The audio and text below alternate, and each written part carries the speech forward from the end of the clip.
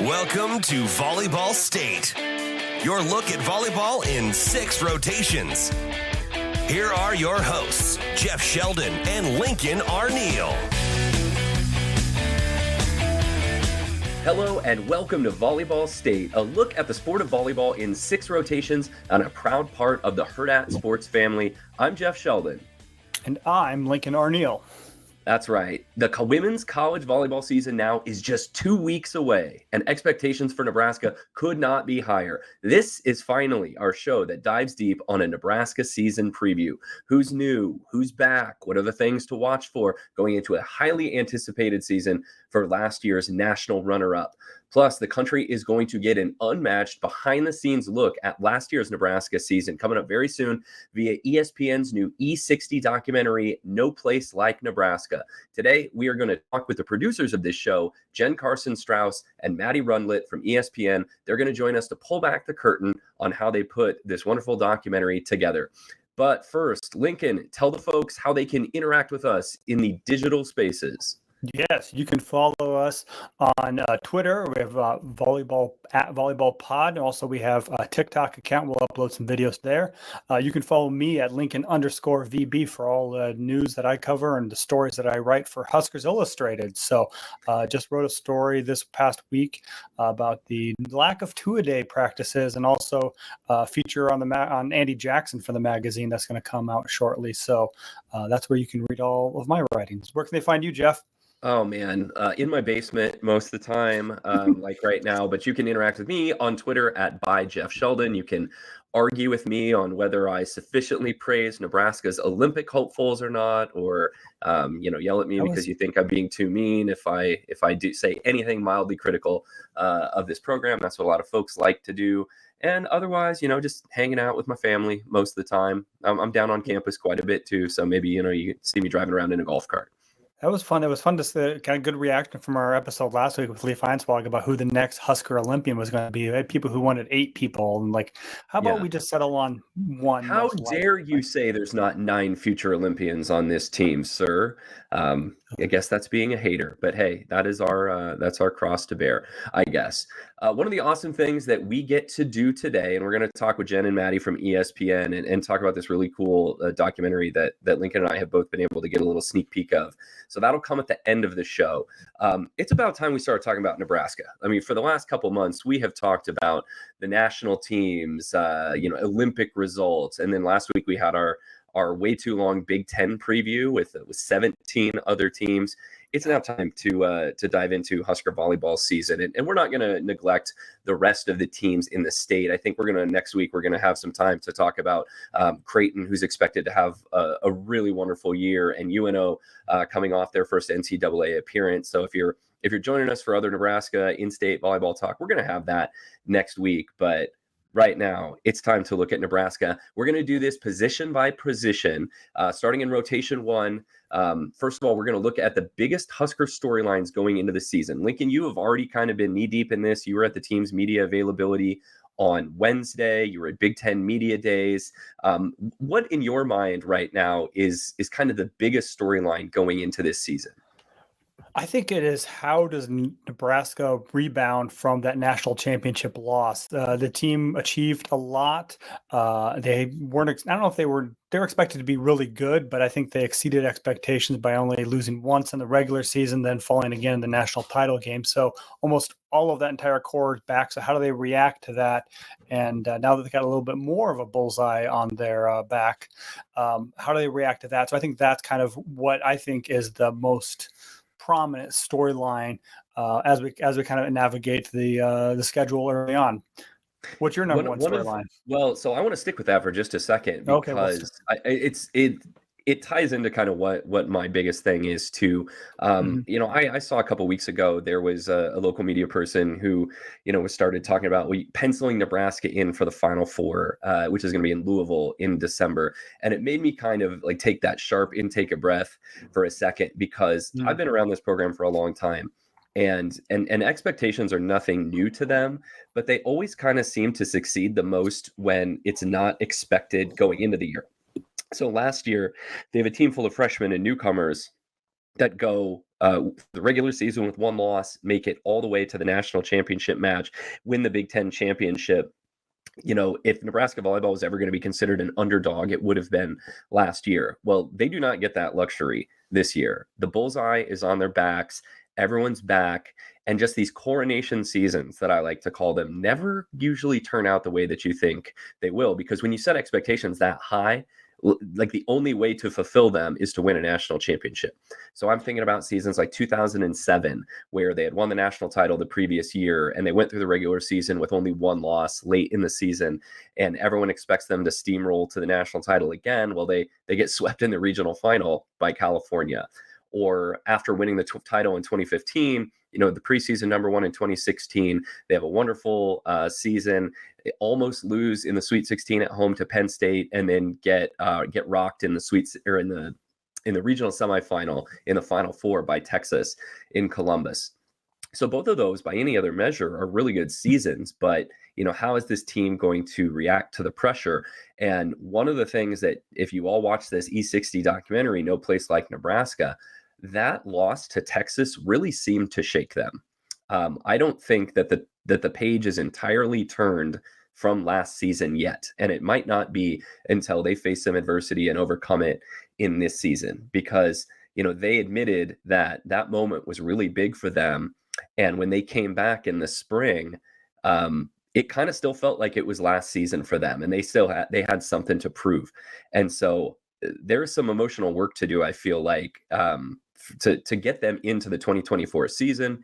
It's a new year. They've got, pretty much the same goals. They do have some new additions that we're about to talk about in our position by position breakdown, but they have got to kind of mentally get over how last season ended. And they have to do it pretty quickly, because there's some really good teams on their schedule right away in 2024. Yeah, and I think what works in Nebraska's favor is they are not going to start the season number one. Apologize for any background noise, but I think Texas is going to be the number one. They were defending national titles. Then they got Maddie Skinner back. They got a lot of their core. They do lose a couple middle blockers, but a couple key pieces. But they return the core of their team, and I think when the first poll comes out here soon, Texas will be number one. I expect Nebraska to be number two. So I think that helps a little bit. But into the interviews we've had already this fall, we talked to Lindsey Krause, Kennedy Orr at Big Ten Media Days, and we talked to Bergen Riley and Andy Jackson this week. They've all talked about finding that equilibrium, that balance between using that match, that loss as motivation, but then realizing that's the path. You have to move on at some point and focus on here and now, winning the matches in front of them. So I think, yes, that's going to be the big storyline of the season. They're saying all the right words. We'll find out. And they aren't playing Texas, so they can't go back, and they have to play. They got a pretty challenging non-conference season. So using that as motivation, hopefully they did that during the offseason. But once the first serve happens against Kentucky, we can be done. They can be done talking about that, and we can be done asking about it. Yeah, you got Kentucky, Louisville, Creighton, Stanford, all in the non-conference, and then the Big Ten schedule is going to be its regular meat grinder. So that's kind of the first storyline that we both have our eye on going into 2024. I'll jump in with my next one. The outside hitter position at Nebraska is really deep, full of really talented players. You've got Lindsey Krause and Taylor Landfair and Harper Murray and the newcomer Skylar Pierce in there, and they're all fighting for two spots. For the people who aren't going to play as much, and it's not like they're only going to use two outside hitters for the whole season, they'll be able to rotate. They have some depth, but for the people who end up not starting right away when that competition kind of resolves itself over the next couple of weeks, how are they going to take that? Is jockeying for this really coveted role going to have an effect on team chemistry? It's honestly, if I'm a Nebraska fan, it's my biggest concern on the season is how quickly are roles decided, how quickly are roles accepted, and is that going to have, a positive competitive effect on the team chemistry, or are people going to be a little salty because they're not playing as much as they should? And that's why John Cook is paid big horse money to figure things like that out. But that's something that I want to keep my eye on over the first month or two of the season. Yeah, and I think it's key too for them to those players that don't start to stay locked in. I think in my preview I wrote for about the outside hitters, each of the last 3 years, the pair of outside hitters that started Nebraska's first match were not the same pair that started the last match of the season too. So changes happen, injuries happen. It's a shifting thing, so it's keeping them engaged. And that kind of goes into the next major storyline that I have too, is like middle blocker. Again, Nebraska got a high profile transfer. How are they going to rotate them as well too? You got Andy Jackson and Rebecca Alec, who started them all last year. You had Layla Blackwell. Are they going to keep them fresh a little bit? So we'll talk more about that in our middle blocker section. But to me, that's another storyline too, and kind of that balance of one of them are not going to play. How do they handle that? Is it more physical recovery, or how are they staying engaged? The final big storyline that I'm keeping my eye on, and this is no secret, I think a lot of people kind of have their eye on this, is just the Harper Murray situation. Where is she going to be at focus-wise going into this season after an off season where she had a couple run-ins with the law? Sneak peek, she is very candid about this in the No Place Like Nebraska E60 documentary. She is very vulnerable about it. She talks about it a lot. John Cook talks about it a lot. And this is a player who is very, very intense, and is kind of trying to work some things out probably through her place on the court. She had a wonderful freshman season last year. We're going to talk about the outside hitters in just a minute, but it is not often that a freshman comes into Nebraska and plays all 6 rotations at outside hitter. She's probably looking to do that again, but are the demons that sort of plagued her in the spring and just in the off season going to still be manifest on the court and in workouts and with the rest of the team this year? I think it's important to note that Harper Murray is not facing a suspension at all at the start of this year. John Cook said, Lincoln, that she showed him what she needed to show him in the off season, and is in the full embrace. Went above and beyond, is in the full embrace of the team by all appearances. And so now it's just, how locked in is she on the court? And then also there's, a play component. There's been plenty of freshmen who have had a great freshman season, and then the Big Ten just is able to get some tape on them and adjust a little bit. So if she doesn't immediately have the same success as a sophomore that she did as a freshman, is that going to affect her too? But if Harper Murray improves and takes another step forward as a sophomore, I think it's safe to say Nebraska's going to be a scary, scary team. Exactly. Well, that's a good transition right there. Talking about Harper Murray, we're going to go into our rotation number 2, which we're going to go position by position to kind of preview the Nebraska team. The first one up, we are going to combine all of the pin hitters, and Harper Murray kind of is the highlight of those pin hitters as an outside hitter. She was the number 1 left side hitter. 2023 Big Ten Freshman of the Year, was an All-American as well from the AVCA, averaged 3.23 kills per set, had a 2.237 hitting percentage, which is pretty good for an outside hitter. You like to see that up close to maybe 250 because they have to deal with a lot of junk and a lot of out of system out there. But really was the top attacker for Nebraska on the left side. Also, for as much woes as she had, she did lead Nebraska with 36 aces. And like Jeff said a little bit earlier, she played all 6 rotations, was very important in Nebraska's serve receive and in the back row. And also, her and Merritt Beeson were a really good attacking combination out of the back row too. So it wasn't just hitting at the net; she was hitting from all over the court too. So Harper Murray is one of the more important players that come back, and it'd be interesting to see how she progresses and what she has developed from a all conference caliber first season at Nebraska. So Lindsey Krause is also in here in this outside hitter conversation. You didn't see her in the last half of the season. She missed the final 21 matches of the year, and she's going into her senior year trying to earn her way back and earn a starting spot like she had at the start of last year. The reason there is a lot of signs for hope for Lindsey Krause, the reason Husker fans are excited to see her back on the court, she was playing better than she ever had just before her injury that was sustained in practice look at this. In the final 6 matches before Lindsey Krause injured her ankle last fall, she was hitting 366. And that's first team All-America numbers. Outside hitters who have to take out a lot of trash usually are not hitting north of 350. And I admit that it wasn't Nebraska's strongest run of opponents in the Big Ten that she hit that against, but she had a great match against Purdue. She had a great match against Penn State.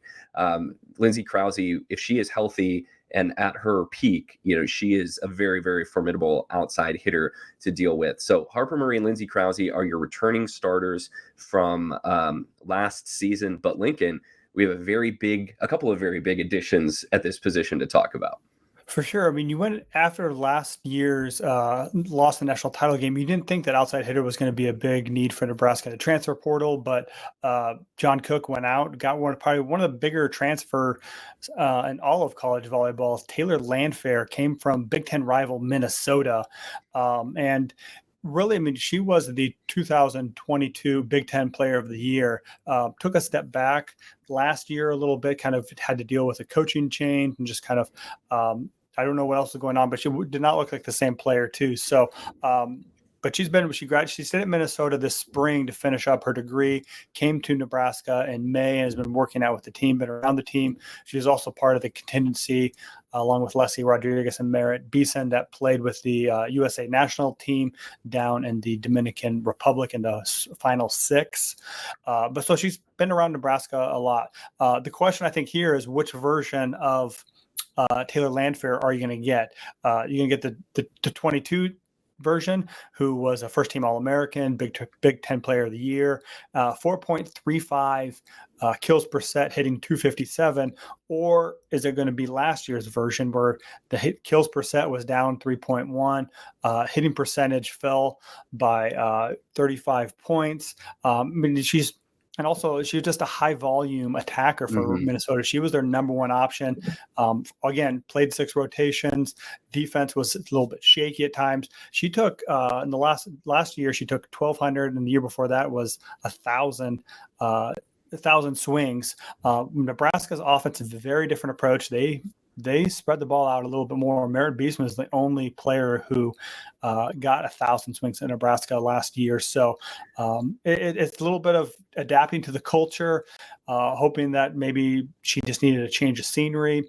But she has the potential. She's also 6'4", which is a little bit different. She's more similar to maybe the Allie Batenhorst style, because Allie was 6'5" and who's now off to USC, but she gives them a different look than Harper Murray or Lindsey Krause and kind of her physical presence. I heard John Cook mention this on Wednesday when he talked to the press, and it kind of reminds me of some other transfers that have joined Nebraska's program over the years. He mentioned that Taylor Landfair is still kind of getting used to the way Nebraska practices.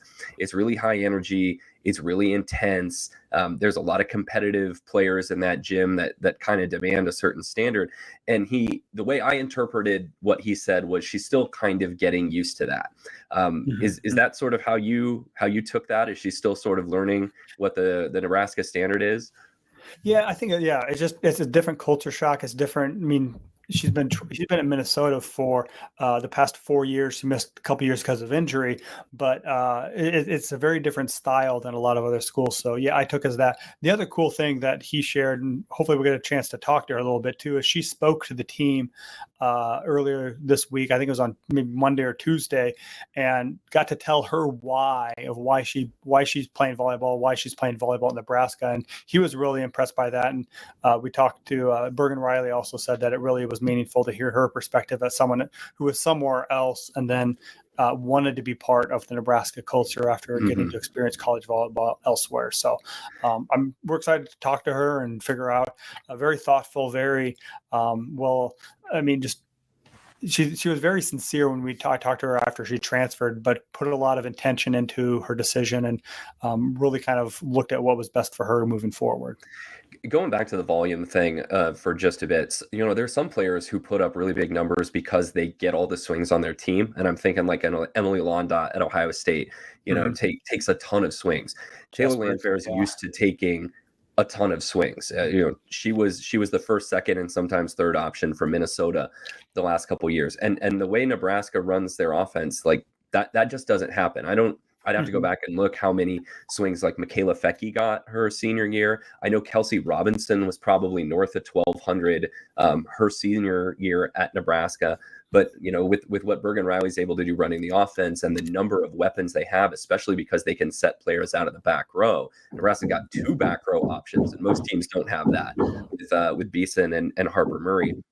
So, I don't think Taylor Landfair is coming in with the expectation that she's going to take 1,000 swings this year. And if she does, then I think that's probably going to get dispelled fairly quickly. The fourth player at the outside hitter position is the true freshman Skylar Pierce, who was the number 4 overall recruit in the country by Prep Dig. She was the top rated outside hitter recruit.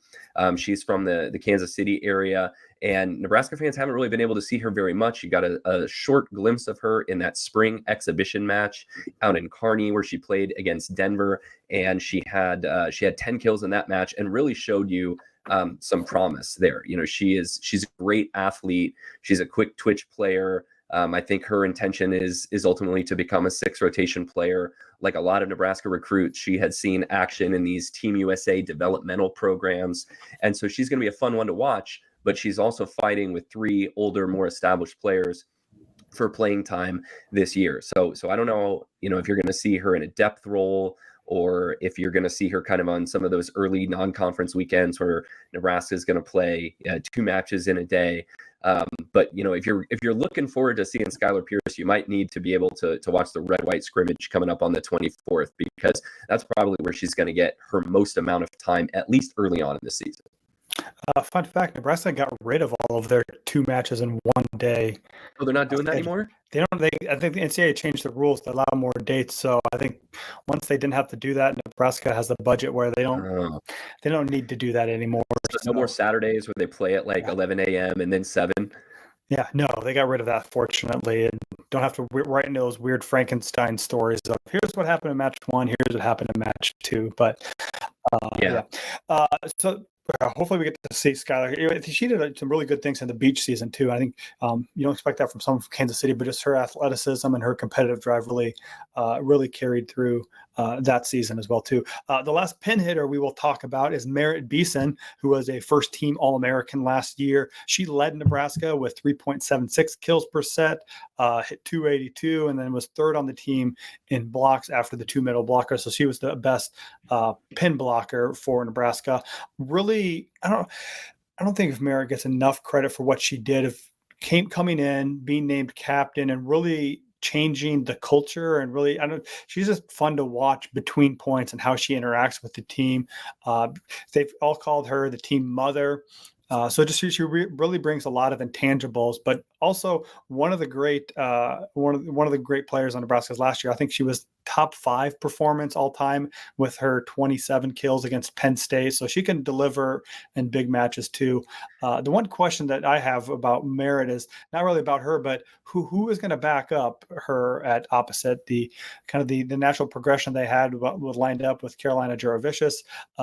She redshirted last year, didn't play. They didn't need him. I think Merritt played all but maybe 2 or 3 points, and Maggie Mendelson just came in for her for a couple points. So they didn't need a backup last year, but who is going to be that backup for her? I know John Cook likes to say he cross-trains all of his pin hitters to be able to play on either side. Lindsey Krause has experience on the right side, but hopefully it's not a question Nebraska needs to answer, but I'm sure it's something that the coaches have thought about, and hopefully they have a plan in place. Whether they tell anybody about it, probably not. Injuries happen, illness happens. I don't get a sense that Beeson's someone who you're going to have discipline problems with. She's probably the most important player on the team, just from a leadership and emotional aspect. But lots of things happen. You didn't anticipate Lindsey Krause missing half the season with an ankle injury last year, and so that's a big question mark. Is who's the backup opposite? Who's going to play it next Saturday in the red-white scrimmage? When they split up into teams, are they going to bring a practice player out there and make them the opposite hitter just so there's full teams to scrimmage against? If something happened to her during the regular season, you got to move someone over there. And whether that's Taylor Landfair, if she's being trained on the right as well, or Lindsey Krause has experience playing on the right. I think everyone knows it's not her preferred position, but when the team is in need, what are you going to do? And so I think there's a couple of good options that Nebraska has if they need a backup for Merritt Beeson on the right side, but not sure what that contingency is right now. And I think Skylar Pierce also played the right side when she played with one of the U21 teams or U19 teams last summer. They ran a 6-2, so they moved her to that. So I mean, all of them can play, but who's the one to get tapped that can perform at a high level? That hopefully we never have to find out. If you go back to, let's see, was it 2014, Michaela Fecky's first year, where she comes in and they play her on the right for the first couple of matches of her career, and then after that, it didn't go as well as they had hoped. They flip-flopped her and Katie Rolson, and that's where they coexisted for the next 3 years. Katie Rolson playing opposite, and Michaela Fecky eventually being one of the most decorated outside hitters that Nebraska ever had. So, your pin hitters have got to be cross-trained a little bit, and Nebraska's got some really good ones. Let's move on to rotation 3 and start talking about the 3 ladies in the middle right now. Nebraska's middle blockers. We're going to kick this off with sophomore Andy Jackson, who had an outstanding freshman season last year, hit .369, just outside the top 10 all-time single season list among Nebraska's attacking for attack percentage. She averaged just over 2 kills per set. She's 6'3", but can jump out of the gym. And maybe, Lincoln, she is the player that we have heard the most about progressing in the offseason, because she was on that under 21 Team USA team with Bergen Riley that won gold up in Canada, and she was just destroying players. These poor little ladies from Norseca. She seems to have taken another jump physically, and she already is an outstanding athlete. And so we'll see what she can do as far as an attack percentage goes this year. She's got to hit 381 to break into that top 10 all-time mark at Nebraska. But, for a middle, anything over 350, I think is really good. And, if she can approach 400, then she's going to be looking at some All-America honors. Yeah, and I think she hit 399 last year, which was 10th. I might have been looking at conference numbers when I typed that. Yeah, but I mean, it showed that teams kind of got a little bit better scouting report as the season went on. So she needs to figure out kind of how to diversify her attack and find out new ways. But watching her on that slide is just fun because, like you said, she is so athletic and just can jump out of the gym too. But we talked to her this past week about kind of her experience too. And the one thing that kind of clicked for her was that U21 team was just a weird mix of people. You had people like Andy, who were freshmen going into their sophomore years of college, but you also had high school seniors who were going into their freshman year of college and juniors who were going into their senior year. So being a college sophomore, going into your college sophomore year, she was one of the older people on the team, even though I think she turned 19 a few weeks before the tournament. So but having that kind of, she was the oldest middle blocker, having that role of being a mentor and showing them the ropes and just kind of setting the standard, it unlocked something in her, and it really kind of showed her that she doesn't have to be an underdog. She's good at what she does and can really carry the load offensively and defensively. And like you said, it was just the hits that she had. She can hit over the block, and a lot of the blocks of that tournament, you feel bad for Suriname and Puerto Rico and Dominican Republic, who just had no answer for her. She hit above 650 in that over 5 matches, which just, she was ridiculous. So hopefully that kind of carries over the fall. It helps that her setter Bergen Riley was there with her. She was the one that was setting her up. So just great to see, and hopefully she can build off of a really good summer. Outstanding. Yeah. So we're going to move on. The next middle blocker, another returning starter, is junior Rebecca Alec. She goes by Rebecca now, so get in the habit of saying Rebecca. She chose to go by that instead of just Rebecca. But last year she was kind of more of the defensive presence than that. I mean, Andy Jackson really carried the load offensively. Rebecca carried the load defensively. She had 1.5 blocks per set, added 1.76 kills, and hit 329. So again, above 300, but maybe a few more errors than you want to. And Andy kind of has that slide route down. Alec was more kind of those quick sets right in front of the setter, and really. Yeah, so she provides a lot of spark there. But I think we talk about Mara as being kind of the mother of the team. To me, Alec is the emotional heart of the team. She is intense. She is fiery. You'll get to see a lot of that in that E60 doc. But she is fun to watch and just has a large personality and really kind of gets her teammates fired up and going. The question with her is she 1.5, really good, but can she get to 2 blocks per set? Can she elevate her game to get that those extra couple points per match? Yeah. So, I mean, and the question I have is if you assume those players, or do you assume those players, Andy Jackson and Rebecca Alec, are going to be in their same M1, M2 alignments this year, or are they going to get switched around a little bit? Do you try to train Jackson to hit some more gap sets in front of the setter? The M2 is, I believe, the one that runs the slide more often. And that was Andy Jackson's specialty. Rebecca Alec attacking more in front of the center. Are you gonna switch that up and try to get them to kind of train at both spots, or are you just gonna maybe alter your patterns to be able to do something with a little more creativity? And if it ain't broke, don't fix it. But I'm always interested to see on the international level what teams are able to do with their middles, or like Penn State, I always thought was very creative with how they would get their middles involved on like front slides or A sets, B sets. I think John Cook's kind of spoiled for choice that he's got a ton of different options that he could run with these athletes, but Nebraska kind of their heart is always a serve, block, and defense team, so they usually don't get super complex and tricky, although we have seen a little bit more of an offensive focus in the last couple of years. And a player that we're not quite sure where they're going to fit in just yet is Layla Blackwell, the 6'4" transfer from San Diego. This is actually her third school. Lincoln, was she at Indiana to start her college career? Year, just 1 year. Yeah, 1 year at Indiana. It was a COVID year, so kind of half a season almost. So she comes back to the Big Ten. She spent the last 2 years at San Diego, where she played on their Final Four team 2 years ago. Last year at San Diego, she had 2.25 kills a set. She hit 329, really good offensive numbers for a middle. She was also really good at the net defensively, averaging 1.2 blocks a set. But, she's coming into a competitive gym where she's got 2 established starters on her. And just the little bit that I've heard from you, Lincoln, and what I've been able to read around is she's had a really impressive summer in the gym. What have you seen so far? What can you tell me about your impressions of Layla Blackwell? Yeah, I think that she welcomes, she knew the situation she was walking into. She chose to transfer to Nebraska, even though knowing Nebraska was bringing back their 2 starting middle blockers from last year.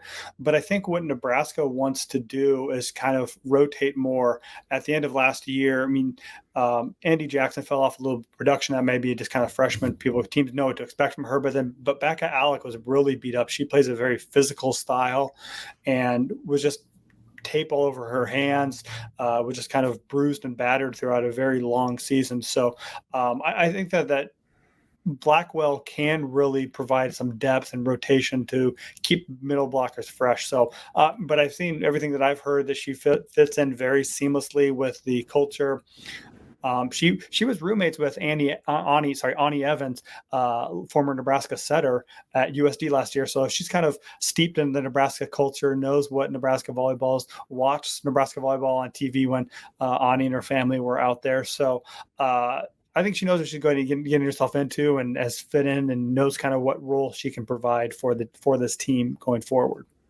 So my question, kind of fitting it all together, is what kind of blocking team is Nebraska going to be this year? Nebraska's best teams are always elite blocking teams, and you're going to hear us talk in a little bit of the documentary. There's a clip of the show where you hear us talk about Nebraska not necessarily being an elite blocking team last year, at least compared to the Final Four teams. Nebraska closed strong, actually blocking until they got to the national championship match. In those middle 4 matches of the NCAA tournament, they had at least 11 blocks. And so that's the second round, the Sweet 16, the Elite 8, and then that first match against Pittsburgh in the Final Four. And I think it was 17 blocks against Arkansas in the regional final. That went 5 sets. Or 4 sets, excuse me. So Nebraska had flashes last year where they were a really strong blocking team. It's not like they were bad. They were a top 20 team in the country in blocks per set. They finished at number 17. But listen to this. Here were your top 3 teams in the country last year in blocking, in blocks per set. There was Wisconsin, there was Texas, and there was Pittsburgh. And for those of you that don't remember, Lincoln, what do the 3 teams have in common? They were the other 3 teams in the national semifinals. That's right. The best blocking teams in the country will almost always make deep runs in the NCAA tournament. It gets in the other team's head. It's a way to directly score points. Nebraska actually led the country in opponent hitting percentage, but did it without being one of the top blocking teams in the country, which means they were saving a lot of points with their floor defense. That doesn't necessarily mean that it translated into points. But blocks do translate directly into points. They're like takeaways in football. And so I think Nebraska, that's one thing that they want to do. They averaged 2.7 blocks per set last year. And it sounds like a tiny, minuscule increase. But if you even got that up by 1/10 of a block per set, if you got that up to 2.8 or even something like 2.9, then you're really cooking with gas and you're able to score a couple more points per set on your blocking. And it's actually a +2 because you score a point and your opponent does not on that play. And so that swings a few sets over the course of a season and can help you win some more matches. So Nebraska, I think, has their blocking metrics in front of them. I know not every block is a stuff block. You want to get good touches so you can start your transition chances. But I think if you're looking for one way to Nebraska to improve this year, it's to just tighten up that blocking a little bit more. Yeah, and I guess when Nebraska has that tough balance of being aggressive blocking, but also using their block to set up that floor defense. So it'll be interesting to figure out, see how Nebraska balances that too. So we're going to move on to rotation 4, talk about the setters. This again is highlighted by a returning starter, Bergen Riley, your 2023 Big Ten Setter of the Year. She played all 72 sets. It was weird because at the beginning of the preseason, all they talked about was the setter battle between her and Kennedy Orr, but Bergen grabbed the starting reins from that first match and set every single set the entire season too. So really impressive debut as a freshman, and I think that she elevated the Nebraska offense to where it had been previously. To really she has a very great body control, great hands, and really kind of helped Nebraska perform at an elite level too. They weren't at the Texas-Wisconsin level of hitting above 300 as a team, but they were significantly better than they had been in years past too. So like we mentioned earlier, she also was part of that U21 team that won the gold medal. She was the primary setter for them. It's kind of fun to watch because her counterpart on that was Campbell Flynn, who will join the Huskers in 2025. So you saw the future of Husker setting on display at the international level with the United States U21 team. Jeff, what are your thoughts about Bergen? What does she think? What does she need to do to elevate her skill set in year 2? Well, this is a really good question. I don't know that I have a great answer just because like I'm not a setter whisperer. It's like, how's this quarterback who had a fantastic freshman season gonna adapt to year 2? I think, what you always hear coaches talk about with setters and the next jump in their game is kind of, are they becoming students of the game? How much of the opposing team's game plan is Bergen going to be able to internalize now that she doesn't have to worry about just adjusting to the first year of Big Ten road trips and seeing really tall players across the net from you? Because that's what the best setters do, is they're able to kind of take advantage of their opposing team's weaknesses or their blocking lineups or their floor defense and really get those great one-on-one matchups. Can she continue to be deceptive and not send the ball into a double block and Nebraska good matchups? And then one thing I think you want to see as a freshman gets a little bit more mature in their game is that they become offensive minded themselves. Does Bergen add a kill per set this year on setter dumps or throwing down overpasses instead of just being a distributor solely? That's when you're really dangerous, is when you can go up and make plays at the net yourself. And Bergen's a little bit taller than her predecessor, Nicklin Hames, so she's able to get up above the net and maybe make those last minute decisions to throw a ball down. I think Nebraska fans might take Bergen Riley for granted just a little bit because she's like the steady Eddie player, right? She's not in a position battle. Everyone knows that she's going to be the starter. And so, she's going to be kind of measured by the success that the team has around her. And I think, with a second year setter, John Cook and Jalen Reyes are able to design some new fun things to do. Is Nebraska going to run new combinations? Are they going to run different things out of the back row? Are they going to run like that slide stack we saw them run with Katie Rolson sometimes? Do they try to go faster, right? Like Nebraska doesn't always run the fastest offense in the country. One thing, when I was putting together some research for this episode, I wondered when the last time a Nebraska team hit 300 for the season was, and they used to do it all the time back when they played in the Big 12, but Nebraska hasn't hit 300 as a team for a whole season since 2007. It's been 17 years since Nebraska broke that magic 300 mark, and that is not just a credit to a setter. You got to have really good terminators too. We have Jordan Larson and Sarah Pavin. You better hit over 300. Right, exactly. But it's like an offensive line helping a running back get to 1,000-yard season. It's an accomplishment you can take a lot of pride in. So, I would look for that. Is this the year that Nebraska can get back to 300 for the first time in almost 20 years? And I would give a shout out to assistant coach Kelly Hunter. She works a lot with her, and Bergen, when we talked to her, mentioned kind of the insight that she's provided and kind of helping develop it, and really pushing Bergen to own this offensive, have more creativity. And John Cook's always talks about whenever he's going to go talk to Bergen about something she messed up, Bergen's like, yep, I know. Here's what I did. Here's what I'm going to fix it. So again, just a very smart player who knows the game inside, a high volleyball IQ. So it's good. I'm excited to see what she kind of brings out for year two of that. You've talked to her certainly more than I have. And I get the sense I get from Bergen is that she's a very even keel emotionally player, which is great. I think you don't want your setter to be like, a relief pitcher on a baseball team. You don't want them to be very high, very low, because they've got to touch the ball on every rally. Is that right?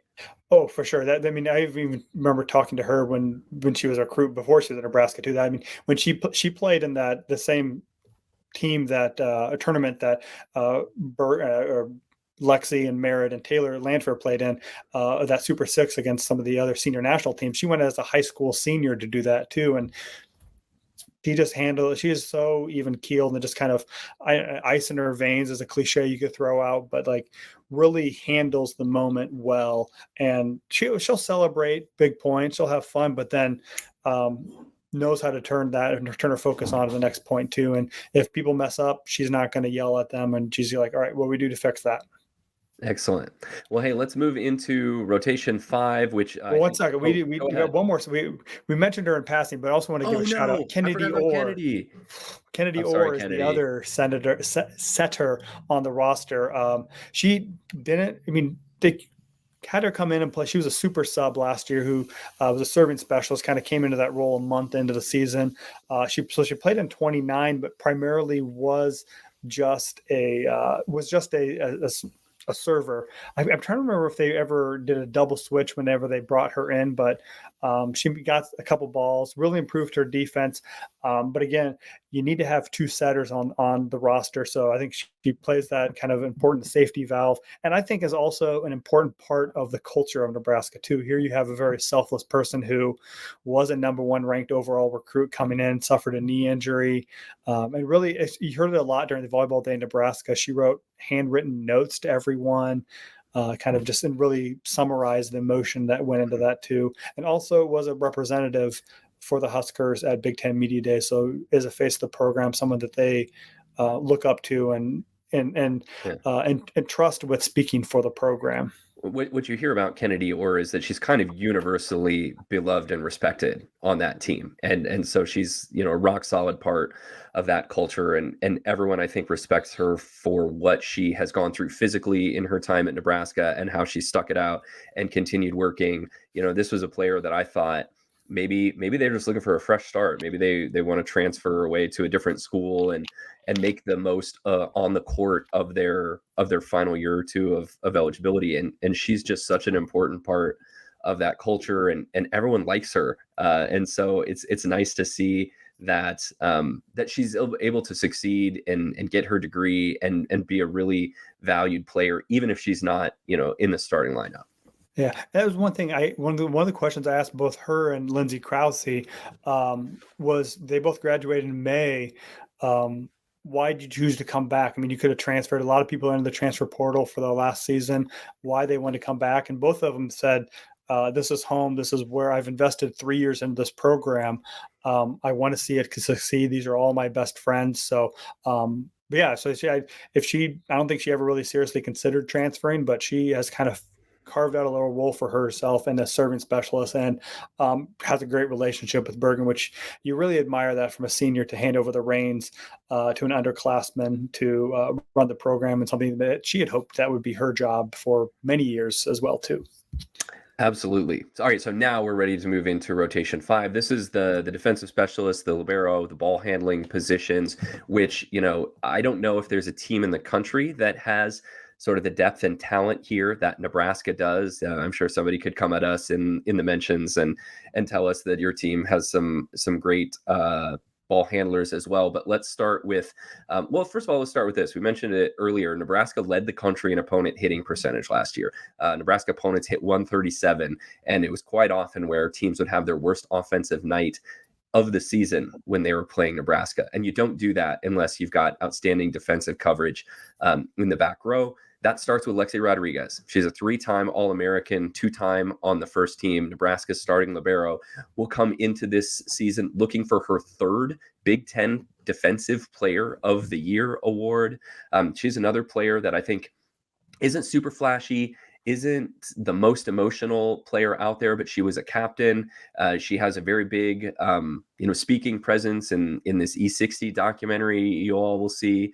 And she has the respect of the team, and she's just absolutely solid. I don't know really what more you can say about Lexi Rodriguez, except that, with her and Bergen Riley, these are the two positions, and I guess Merritt Beeson at opposite, where there's no doubt who's starting. Yeah, this is what John Cook talked about, especially in the spring, about having meetings with Lexi and Merritt of, hey, you were first team All-Americans. How do you get better? Like, don't be satisfied with that as well. So just pushing her to kind of get out of her comfort zone, take over more of the court, cover a larger area, and really kind of establish herself as the presence of making other coaches game plan for her.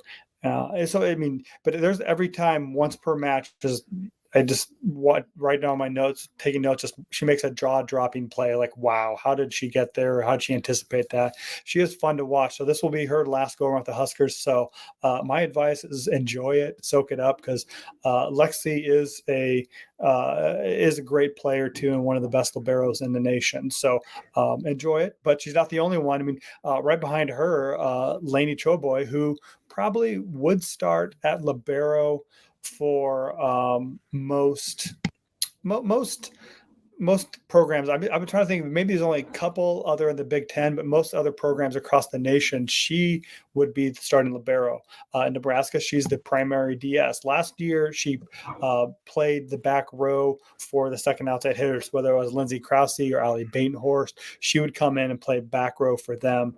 So it's yet to see kind of how that outside hitter battle works out. Is she playing back row for Lindsay Krause or Taylor Landfair? Because Harper Murray really established herself as a good passer. So, but I think they'll definitely find a role for her. And she's also an emotional spark plug too. As much as Rebecca Alec is, Lainey Choboy is running around the court.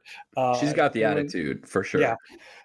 She told us last year she does that because otherwise when she goes into the huddle, she will just like tackle them. So she burns off her energy by taking a lap around the court. She's not doing it to show off. She's doing it for the safety of her own teammates. Well, that's considerate. Keep them safe. Absolutely. The smallest player on the floor, I think she's 5'3".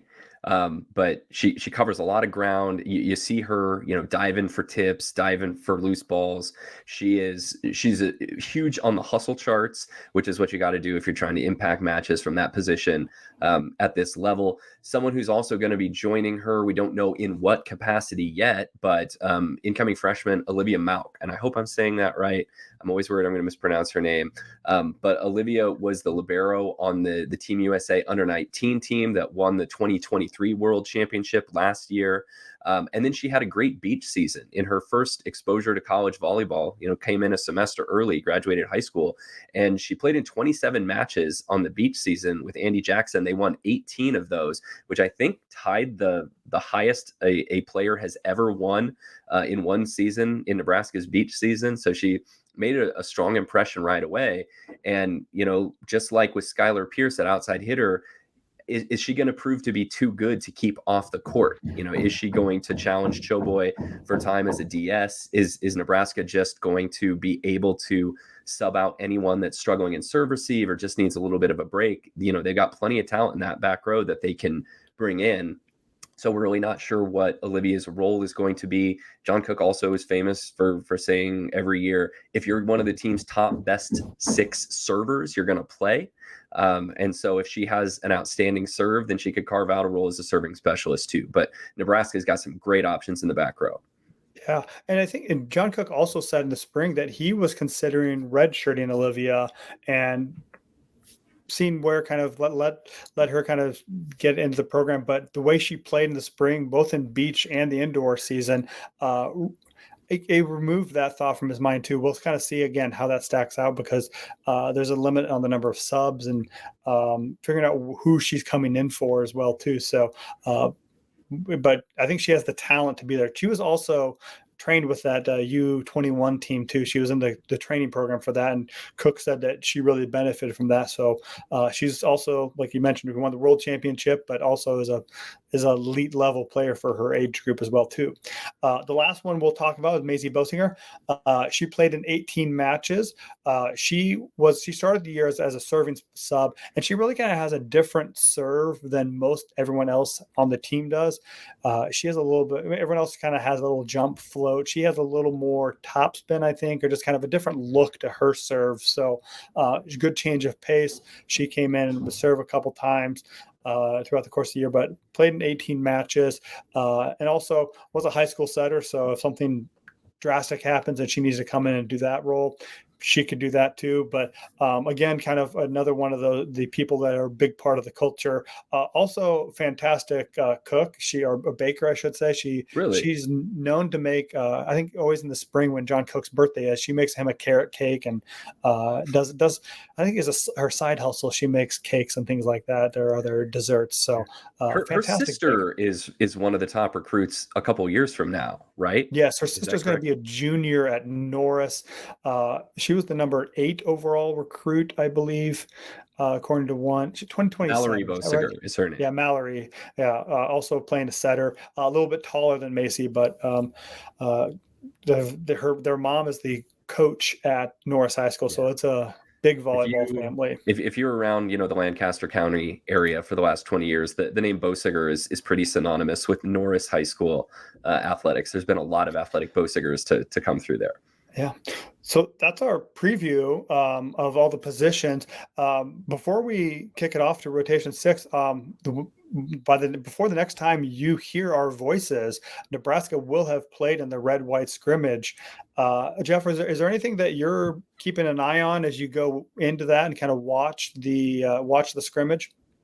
I'm definitely interested in the outside hitters. I don't know how much the red-white scrimmage is going to be a determining factor is who starts the season, a couple days after that when Nebraska plays Kentucky.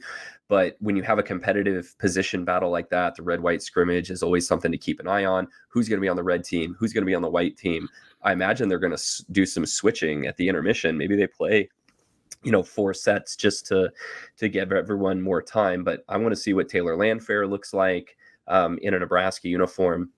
We talked about her a little bit just a few minutes ago, but Kennedy Orr is going to have a chance to run that team, probably the white team, during the red-white scrimmage.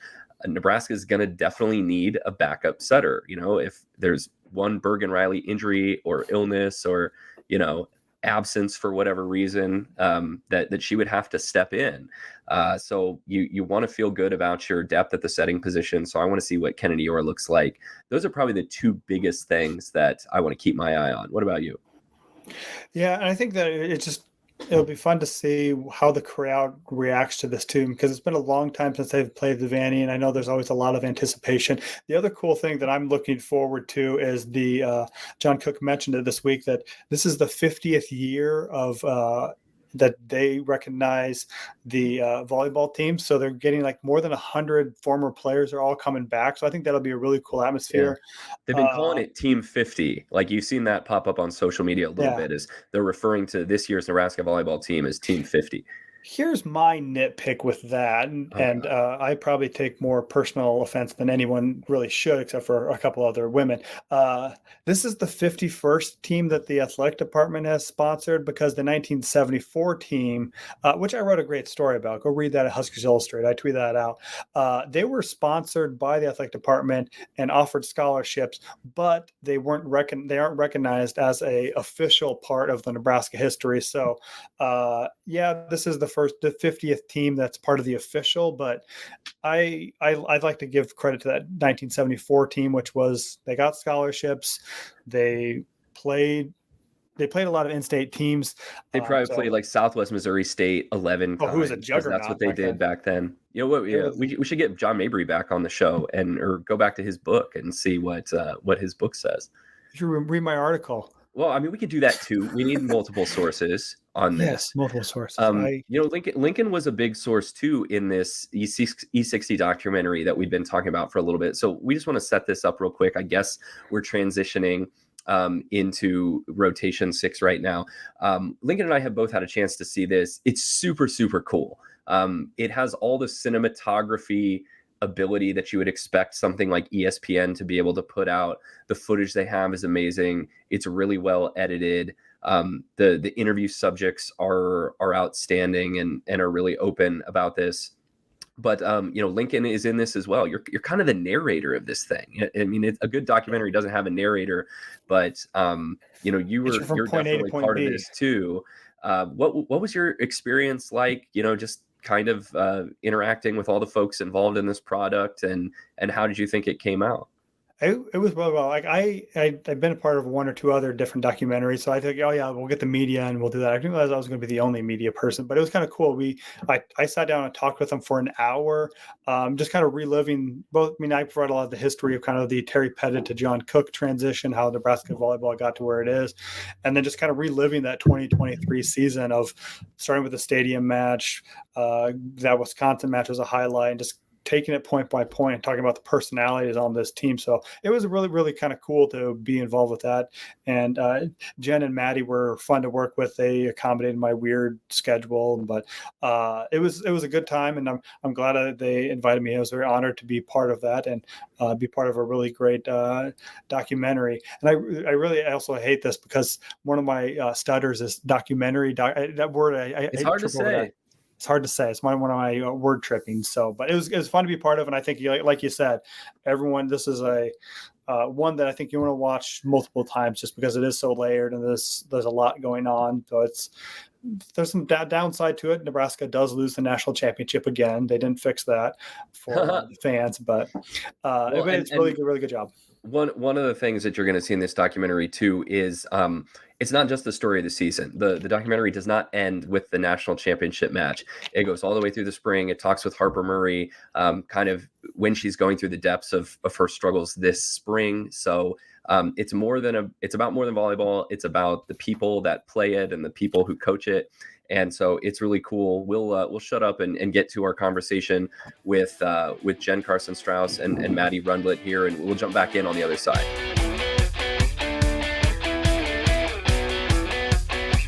And we move on to rotation 6. We are going to be talking about the E60 documentary, There's No Place Like Nebraska.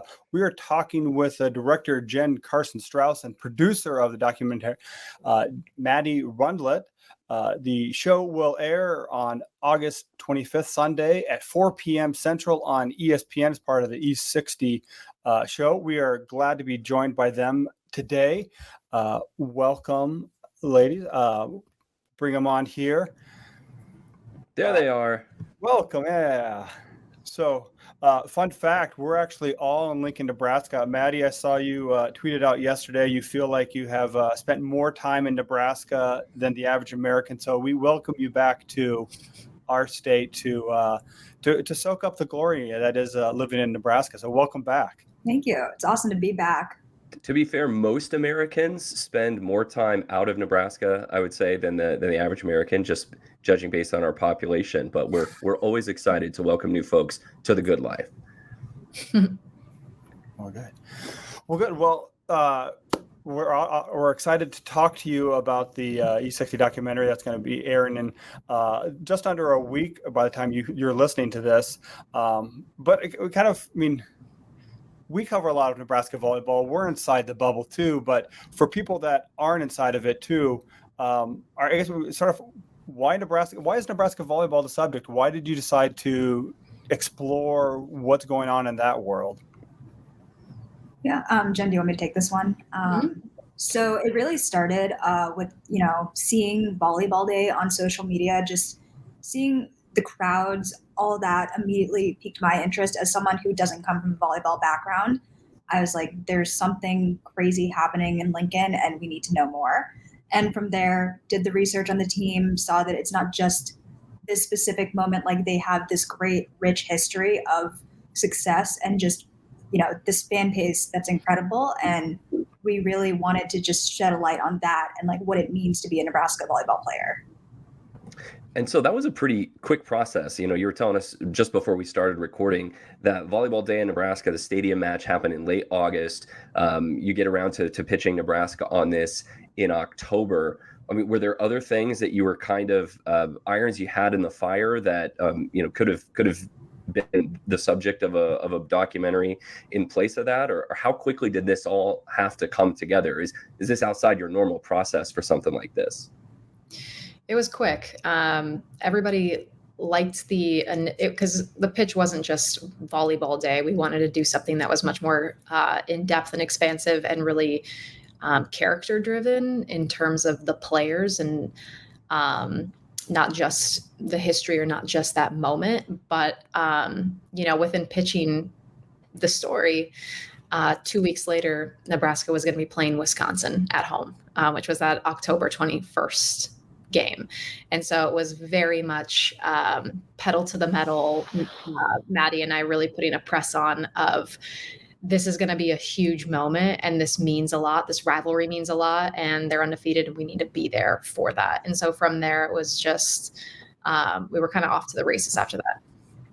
Well, and we should let our listeners know you're going to get a chance to first see this on Sunday, August 25th. And the documentary, the episode is about way more than just the Volleyball Day in Memorial Stadium. You get some real honest, raw, vulnerable moments from families, from players, from coaches, and it is very character driven. That takes a really high level of trust, I know, between an interview subject and an interviewer. Was that part of your pitch to Nebraska when you approached them about doing this? And how exactly did you sell them on getting that kind of access, telling these kinds of stories that is not, in the newspapers or on websites every day? Yeah, I mean, that part's the hardest part of the job, right? Is earning people's trust, especially in season, because we've grown to know John Cook a little bit, and John Cook during the season is very, very different than John Cook in the off season. And so the thing that we tried to do is have Zoom meetings early with the players, try to get to know them on a personal level and not just make it seem like, Maddie and I didn't want the first time that we met them to be shoving a camera in their face. We wanted to really get to understand what makes them tick. Why are they at Nebraska? Understand their family dynamics and really just take an interest in them as people and not just as volleyball players. And so I think, Coach Cook and the players that we chose to focus on were able to see that we were coming to them in a really raw and open way too. And we're really invested in them. And when they were able to see what we were giving to it, I think it helped them sort of lower their guard and trust in the process. We were really clear of what we wanted, what we hoped the story could be and what it means to do, a story with ESPN and with E60 specifically. And so throughout that process, like that hasn't stopped. Even since we have finished filming. I mean, I had dinner with Harper Murray last night. We're meeting with family members later today. It's been an ongoing process even after we've finished filming. Kind of to follow up on that, what is the conversations like about sort of setting those expectations in the lead up to when before the cameras actually start rolling? Do you go over with them, hey, these are the things we want to talk about, or we talked about this the last time that we sat down together. Maybe this is a little behind the scenes, journalism nerd processy, but there's some really intimate stories that are told in this documentary that I think fans are going to love to get to know these players more as people. But do you have to set those expectations with the players and coaches before the cameras start rolling, that like the only way this works, the only way this is any good is if we're able to have some honest conversations in these areas? No, you hope that it just comes naturally, honestly. And I'm only taking this one, Maddie, because I did a bulk of the interviews with the players, but the goal is really that when you're sitting down with them, that they kind of forget that the cameras are even there, and that they feel like it's a conversation and not like I'm going through this list of interview questions. And so honestly, when Maddie and I came into it, I mean, we did a ton of research on the front end. We listened to every interview that each of these players were a part of. We were listening to it. And so we had a sense of how things might go, but we honestly, I think we're pretty blown away walking away from those first bulk of interviews of just how open they were able to get. And I think that's really kudos to them, because they did let their guard down. And I think that process has to happen naturally, right? I can't say, hey, Lincoln, I need you to be raw and vulnerable. Like that has to just sort of happen. And thankfully it did. It doesn't always. And I think hopefully for viewers that pays off when you actually see it, that you really do feel like, wow, these players, even Coach Cook, who's been interviewed hundreds of thousands of times, really lowered his guard. Mm-hmm. You mentioned kind of the hours of research and preparation that went into it. I mean, this is a team of 14 players, a coach staff, and then you interview family members too. Maddie, maybe why you kind of, it focuses a lot on Harper Murray, on Rebecca Alec, Merritt Beeson, Lexi Rodriguez, and Coach Cook. I mean, what attracted you to those personalities and those players during kind of your research process? Yeah, I think for us, it was kind of a combination of, their role on the team. Obviously you have some starters in there, and also just kind of what we saw in their personalities from the snippets that we had seen, in other interviews, other stories. Like, as Jen said, we kind of didn't expect how open they were going to be. So some of that sort of kind of came through later, and we were pleasantly surprised with our, our characters. But at the same time, as we're doing this, we knew, it's a team of numerous players. We're not going to be able to talk about everyone, but the beauty of it is because we have those moments in season, everyone's still able to be a part of the story. And, even if we're not doing like a main interview with them. For sure. Just to piggyback on that really quick too, Lincoln, as you know, like the storyline of last year was really this young team and this team of no seniors. And so that when we were trying to shape what that was going to be, it was important that we had a freshman. It was important that we had somebody who was like, this story also is about Nebraska, the community and the state, and what it means to play for Nebraska, and who better can tell us that than Rebecca Alec, right? And so that was a reason. And then with Merritt, we really liked that, and Lexi having the captain's perspective, and, Merritt coming from Florida, Lexi being sort of the poster child face of Nebraska volleyball. I mean, when I asked just random people, who do you like the most on the volleyball team? A lot of people like Lexi is that face. And so we felt like we had some different personalities to be able to round out what this was going to be. We didn't want everybody to be seniors or everybody to be experienced or everybody to be new. We wanted there to be some different layers there. Yeah, your editors are really wearing out the beep button when Rebecca Alec gets going, which I think is so cool to see, because I think some fans have pictures of these young women in their mind, and then you kind of get a real behind the scenes look of like, these are people, these are competitive athletes. There's a lot of emotion there. Like, nobody's going to a tea party. I thought that was one of the coolest things to see.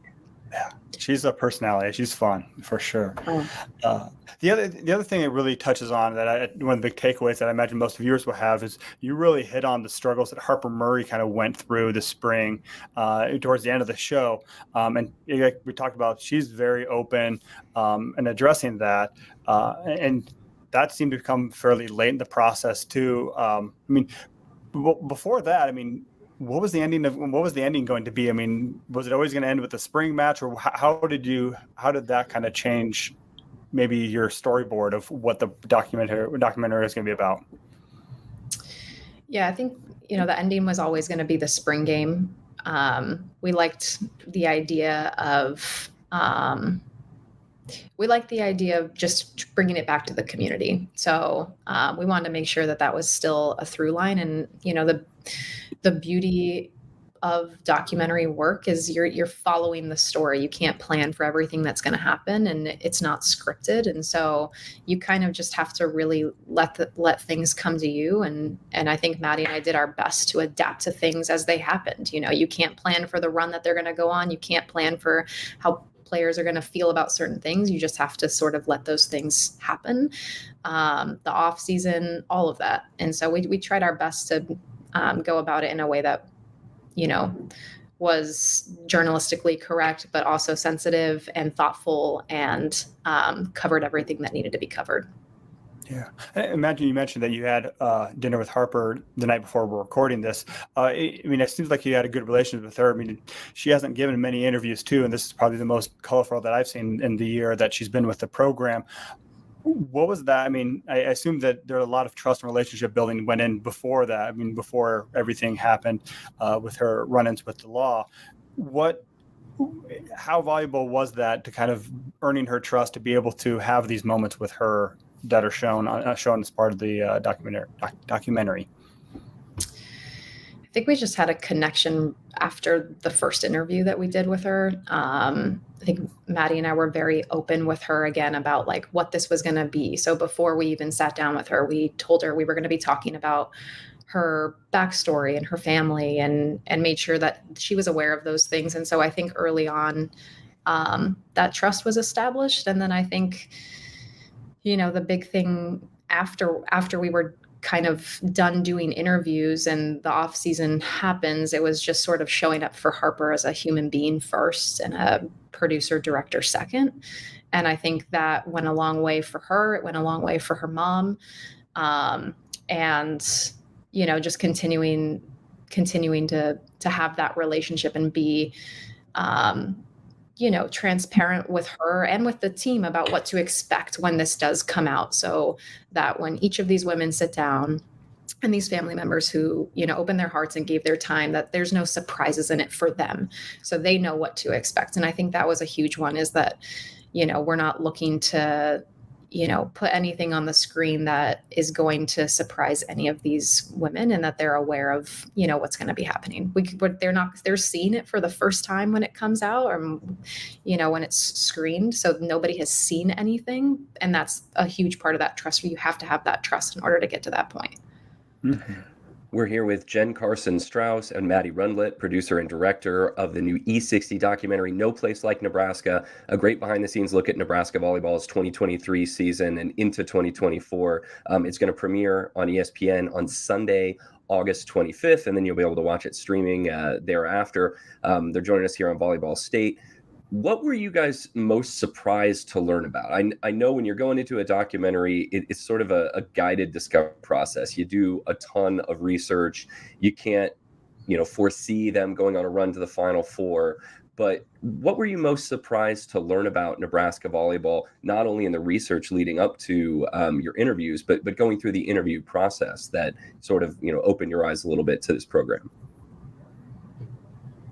Yeah, I'll go first. I think what surprised me the most is obviously we had seen what Volleyball Day was, and we can hear like that this fan base is rabid for this team. But I think that like as we went through the process and as we were at games, just actually seeing that come to life. I went to the October 21st match versus Wisconsin, so seeing that the national championship, all that, like seeing how real deal like that passion and that support is, and being able to see it even in Kearney, Nebraska. Like it was, I think, seeing it on paper is one thing, seeing it in person was the most surprising thing for me. I think the most surprising part, which is probably one of the the coolest parts for me was I remember being on a plane ride to Lincoln for the first time, and I ended up sitting next to a stranger who actually worked at Nebraska and went on the trip with them to Brazil in January because he works in the abroad program, and he got to kind of get to know the players a bit. And I said, if you could ask Coach Cook one question, what would you ask him? What would you want to know? And he said, how does he do it? How does every year, no matter what the team is, no matter how many new personalities come in, no matter how many, freshmen players get injured, he always seems to get the players to buy in. And so that was something that we came in really being curious of. And I was surprised that what we found of him is so authentic. Like, it is so authentic that he really is the type of person that believes in culture and believes in building relationships with his players. And that's how they are able to be successful year after year. And so it was I don't know if maybe surprise is the right word, but it was something that we wanted to try to figure out. And I feel like being with him, it just was very authentic. Mm-hmm, for sure. Hey, this traces the course of the 2023 season. Of course, it ends with Nebraska losing in the national championship match. I mean, as a journalist, I'm thinking about what I'm going to write, what I'm going to. I'm sure you were imagining what luck I may have stumbled into documenting a national championship run too. Did your minds wander at all, or are you just kind of again taking wherever the story goes as you're watching this unfold? We had there were ideas early on of is this going to be a Wisconsin-Nebraska rivalry piece? Is this going to be there were some different ideas early on.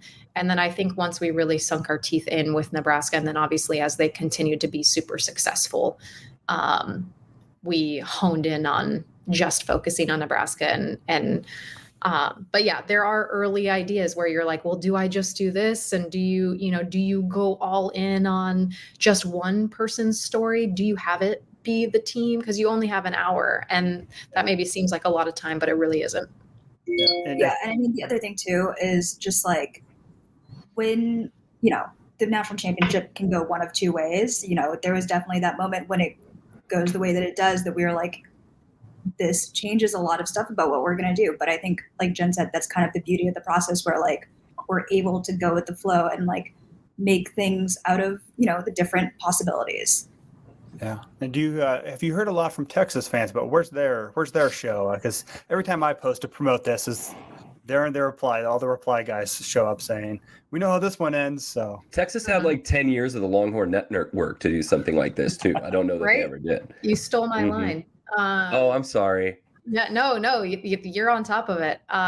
Listen, I think we're going to see a lot more in-depth storytelling around women's college volleyball in the coming years. I mean, ESPN just inked a deal with the NCAA in general. Women's sports are not having their moment. The moment has come, and it's not women's sports, it is sports. And so I think we're going to see, not just at ESPN, but around, storytelling, people sinking their teeth more into these type of stories. And I'm sure Texas will get their time at some point. It just, and they'll have their moment in the film where they can celebrate. But I can see this being a double-edged sword with John Cook, though, too. He's someone who really works hard to promote the sport, embrace the idea of playing a volleyball match in the football stadium.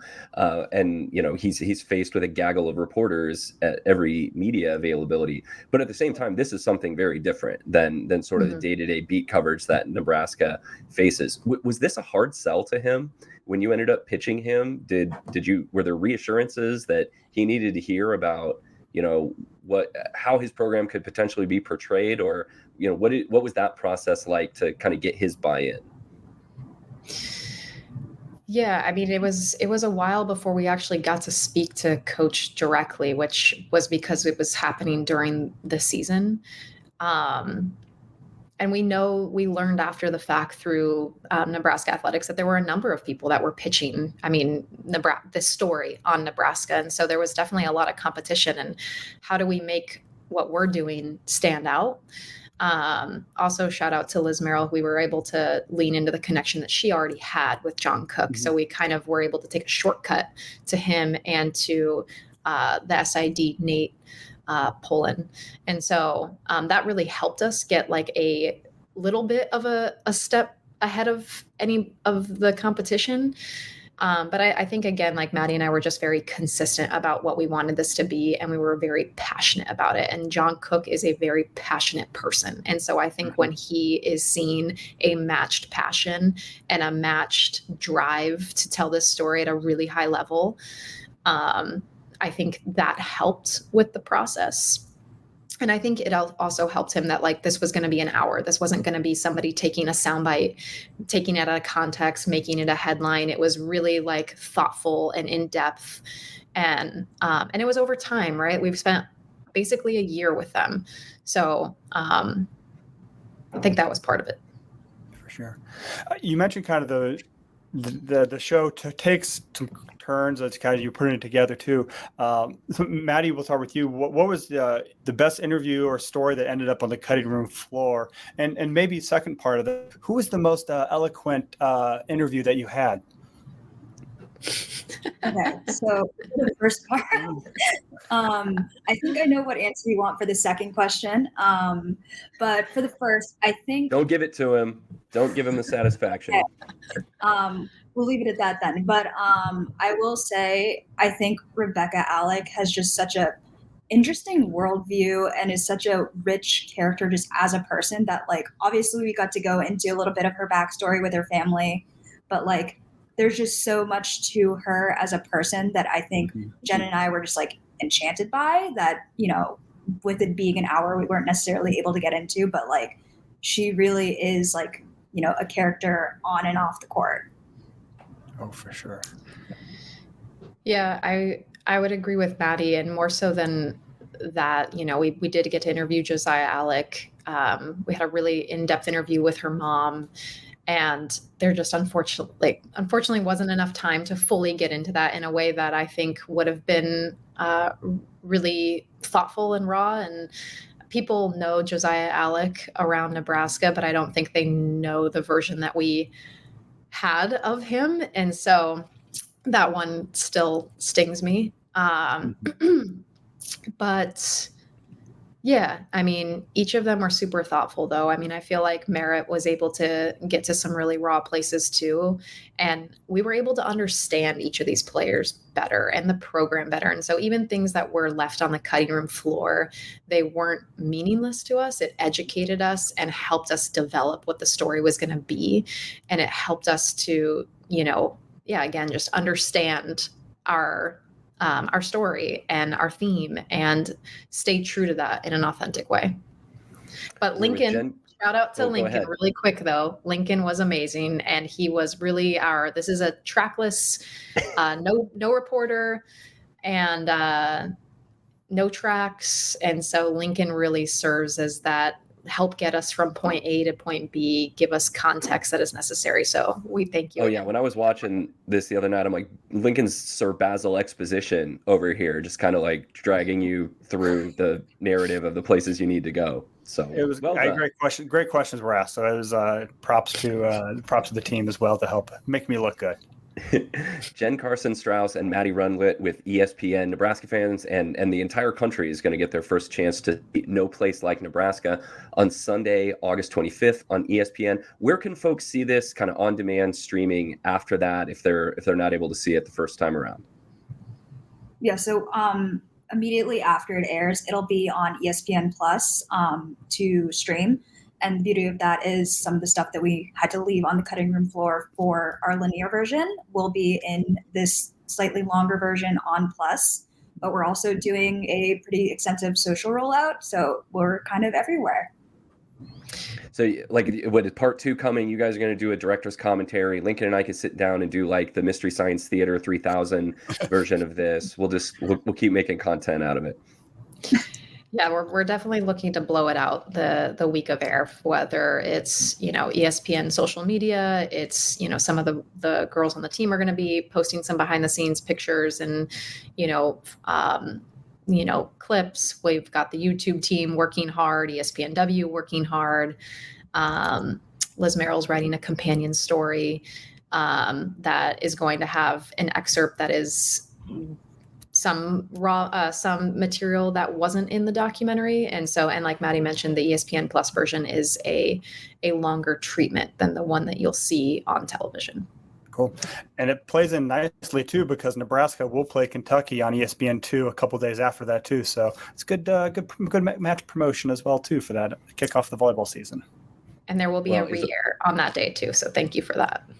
Yeah, you'll be able to find it, and if your grandparents need help finding it, make sure you can click around and make sure they can watch it too, because it's really well done, it's well shot, it's well edited, the interviews are outstanding, and it's a look at Nebraska volleyball last season that I don't think anyone else was able to provide. So Jen and Maddie, thank you so much for being with us this morning, and best of luck on your next projects too. Thank you. Thank you guys so much for having us. You got it. Thanks again for Jen and Maddie for joining us to talk about the ESPN documentary, No Place Like Nebraska. Again, that's not your only chance to watch the Huskers on television. The red-white scrimmage will be on Saturday night. And it will be on BTN Plus and also Nebraska Public Media as well too. So you get your first chance to see the Huskers back on the court. Speaking of Nebraska Public Media, they also, you like watching Huskers on TV or people talk about the Huskers. They're airing their kind of fall preview for all the teams in the state. Their State of Volleyball, great name, State of Volleyball. Their fall 2024 preview is going to be on Thursday, August 29th at 9 p.m. on Nebraska Public Media. So lots of chances to see the Huskers, not only on the court, but people talk about them. Because if you're listening to us talk about Huskers, I assume you like to watch people on television doing the same. Absolutely. Well, and you're going to get plenty of chances to see Nebraska play on TV this year. It feels like every match has some kind of broadcast option. I know it was just released today on the day that we're taping this, that Nebraska's match with Louisville in late September is going to be on ABC. Is that right? Yeah. It'll be the first time Nebraska's played on, only the second time they played on ABC, with the first being the national championship match last year. So everyone in the country is going to get a chance to watch the Huskers and Cardinals play on, was that September 29th?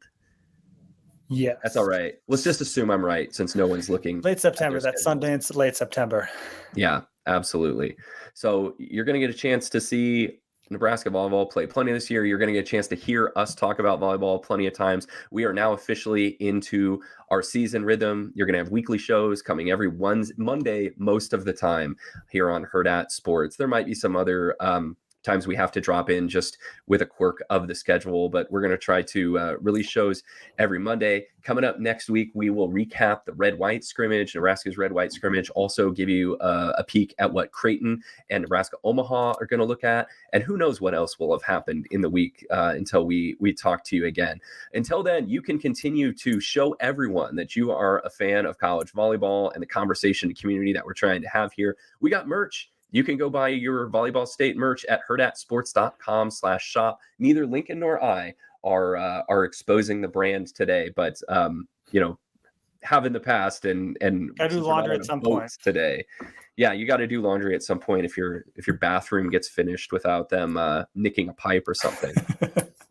Also, we invite you all to subscribe and review to this podcast. You can go on YouTube to Hurrdat Sports. You can subscribe through whatever app you get your podcast, whether that's Apple, Spotify, Google Podcasts, whatever. Give us a 5-star review, and hey, tell a friend. Say these are the guys that talk about college volleyball. You can listen to us. You can also interact with us on social media. Tweet the show at volleyballpod or email the show at volleyballstate@gmail.com. You can yell at me personally on Twitter at @ByJeffSheldon, and Lincoln has plenty of ways that you can interact with him. Yes, you can yell at me for wearing orange polos to Nebraska's press conferences at Lincoln_VB. It'll be like John Cook. It is bright orange, not burnt orange. I'd like to officially state that. But hey, this is what you've been waiting for. So join us as we get started with the season. So thanks to Cam Burham for producing today's show. Thanks to Hurrdat Sports. Follow them, Hurrdat Sports, on social media and YouTube. And thanks for living in the Volleyball State.